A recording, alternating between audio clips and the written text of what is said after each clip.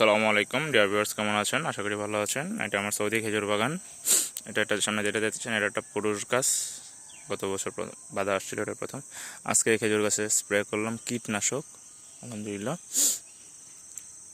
এই যে starter ডাইমেথিন 40%, organo গ্রুপের একটা কীটনাশক। পামড়ি পোকা, জাপ পোকা বা গন্ডার পোকা এই ধরনের পোকার আক্রমণ থেকে গাছকে রক্ষা করে। খেজুর গাছে এখন ওয়েদার চেঞ্জ হচ্ছে, জানুয়ারি লাস্টে এবছর শীত কমের কারণে মানে গন্ডার পোকার আক্রমণ হওয়ার সম্ভাবনা আছে। গন্ডার পোকা খুব ডেঞ্জারাস একটা পোকা খেজুর গাছের জন্য। যদি এই পোকা আক্রমণ করে খুব দ্রুত সময়ের মধ্যে খেজুর গাছের মাথা খেয়ে ফেলে, আসলে খেজুর গাছটা ভীষণভাবে ক্ষতিগ্রস্ত হয়। তাই গাছে কিছুদিন পর মাসে একবার হইলে মিনিমাম কীটনাশক প্রয়োগ করতে হবে। কীটনাশক প্রয়োগ করলে গাছ গন্ডার পোকার আক্রমণ থেকে রক্ষা করবে, খেজুর গাছ সুস্থ সুন্দর থাকবে। গন্ডার পোকা না, মাছি, জাপ পোকা, ফ্লাই এই ধরনের সবকে দিয়ে রক্ষা করবে।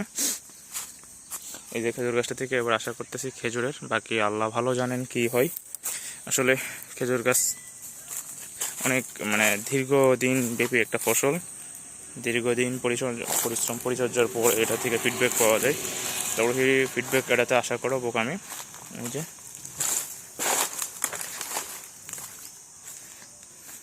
এই যে এবছর এটা থেকেও খেজুর আশা করতেছি, বাকি আল্লাহ জানে।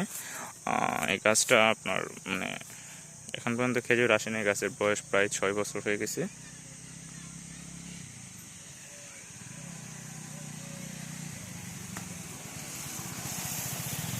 আল্লাহ ভরসা। ওই যে আরেকটা, এটাও এবার খেজুর আশা করতেছি।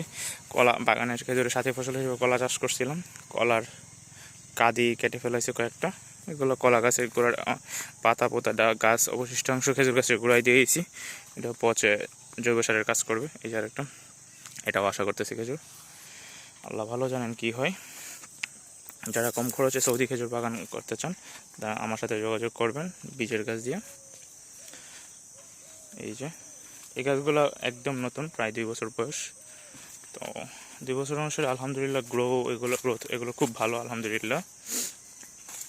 এই যে আরেকটা, সবাই দোয়া করবেন আমার বাগানের জন্য, যেন 25 সালে আল্লাহ সফলতার মুখ দেখায়। ভালো থাকবেন। আসসালামু আলাইকুম রহমতুল্লাহি ওয়া বারাকাতুহু।